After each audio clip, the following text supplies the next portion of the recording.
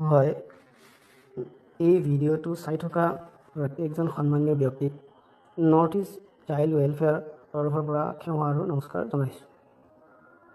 এইজন এজন মানসিকভাৱে ভাৰসাম্য হেৰুওৱা ৰোগী।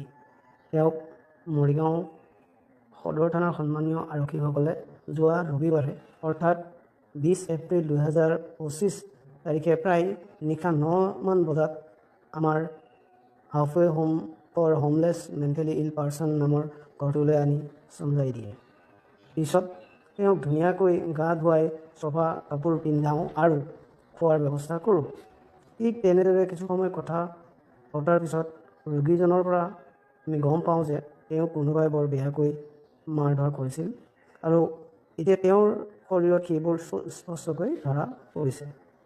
এতিয়া তেওঁ সুস্থ প্ৰায় আমি ক'ব পাৰোঁ আৰু নিজৰ ঘৰলৈ উভতি যাবলৈ মনস্থ কৰিছে। কিন্তু সমস্যাটো হ'ল যে তেওঁৰ ঘৰৰ বা অভিভাৱকৰ কোনো সুংসুত্ৰ আমি পোৱা নাই। গতিকে আপোনালোকক সন্মান সহকাৰে অনুৰোধ জনাওঁ যে এই ভিডিঅ'টো শ্বেয়াৰ কৰি অকণমান সহায়ৰ হাত আগবঢ়াই যেন, যাতে তেওঁ অতি সোনকালে তেওঁ বা তেওঁৰ পৰিয়ালবৰ্গই বিচাৰি পায়। ধন্যবাদ।